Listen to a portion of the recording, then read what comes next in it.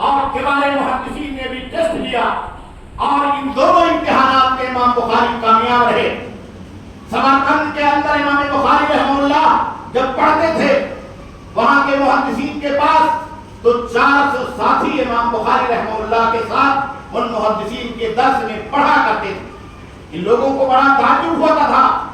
کہ امام بخاری رحمہ اللہ ساری چیزیں یاد رکھتے ہیں اور ان کو اپنے قوت حافظہ پر بڑا ناز ہے۔ تو ایک دن ان 400 ساتھیوں نے پلان بنایا، کہا کہ کچھ حدیثیں لیتے ہیں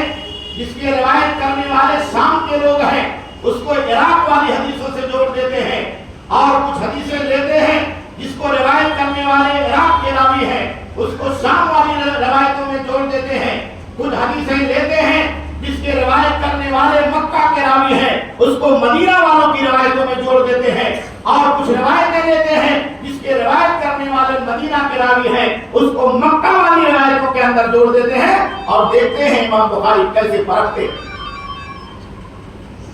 اللہ رب العالمین کی یہ نشانی اپنی ساتھیوں کے بیچ میں بھی اسی طریقے سے نمودار ہوئی جیسے اللہ رب العالمین نے امام بخاری رحمہ اللہ کو اس امت کی خدمت کے لیے اور حدیث کی خدمت کے لیے نمودار کیا۔